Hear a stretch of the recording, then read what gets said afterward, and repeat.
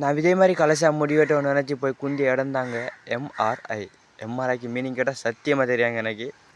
போய் குந்திய உடனே சர்க்கஸ் துணியை மேலே போட்டு எப்படி வெட்டணும்னு கேட்டாங்க. நானும் சொன்னேன் இப்படி வெட்டுங்கன்னு சொன்னேன். அதை மாதிரி வெட்ட ஸ்டார்ட் பண்ணாங்க. நெக்ஸ்ட்டு பார்த்தீங்கன்னா சீப்பால் முடியை வாழ்ந்து நம்ம பொம்பளை பிள்ளைகள் கொண்டை கடிக்கிற கிளிப்பை எடுத்துக்கு வந்து என்ன மண்டை கடிச்சாங்க.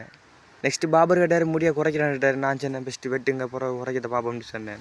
கடைசி வரைக்கும் அவர் முடியை வெட்டின வாடு இல்லை, முடியை கூட்டி கட்டிக்கிட்டேன் இருக்கார். நான் சொன்னேன் கூட்டி கட்டினே போதும் பாப்பா, நீங்கள் முடியை வெட்டுங்கன்னு சொன்னேன். வெட்ட ஸ்டார்ட் பண்ணார். பிறகு முடியெல்லாம் கூட்டி கண்ணதுக்கு பிறகு நான் ரொம்ப அழகாக இருந்தேன். இந்த வீடியோ பார்க்குற புள்ள கண் வச்சுட்டு நம்ம பார்த்துக்கு இப்போது ஒரு வழியாக அங்கால மேஞ்சி இஞ்சால மேஞ்சி சைட்டு ஃபுல்லாக வெட்டி ஒழிஞ்சி முடிஞ்ச உடனே கண்ணடியை பார்த்தேன். ரொம்ப அழகாக தான் இருக்குன்னு தோணுது. நெக்ஸ்ட்டு பார்த்தீங்கன்னா மண்டையை வளைச்சி கட்டு எடுத்து விட்டு தாடி கொஞ்சம் இருந்துச்சு, அதையும் ஷார்ட் பண்ணார். நெக்ஸ்ட்டு முகத்தில் இருக்கிற முடியெல்லாம் க்ளீன் பண்ணார். க்ளீன் பண்ணி விட்டு அதில் சாய்ச்சி நானும் சாஞ்சி படுத்தேன். தூங்கத்தான் செல்லப்பட நினச்சேன், ஆனால் தூங்கலை. முகத்தில் கிரீம் எண்ணத்தை அப்ளை பண்ணார்.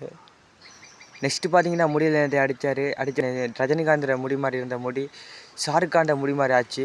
கடைசியாக பார்த்தீங்கன்னா ஒரு ஆமை முட்டி மாதிரி இருந்துச்சு. அந்த சாமானை எடுத்தார், முடியை எடுத்து ஹீட் பண்ணி சீப்பால் வாழ்ந்துட்டு விட்டு கடைசியாக எனக்கு திருப்பிட்டாருங்க. சட்டப்படி இறந்தாங்க. என்னை பார்த்து எனக்கே வெக்கம் வந்துட்டு பார்த்தீங்களா. இந்த ஹேர் ஸ்டைல் உங்களுக்கு பிடிச்சிருந்தா கமெண்ட் பண்ணுங்கள்.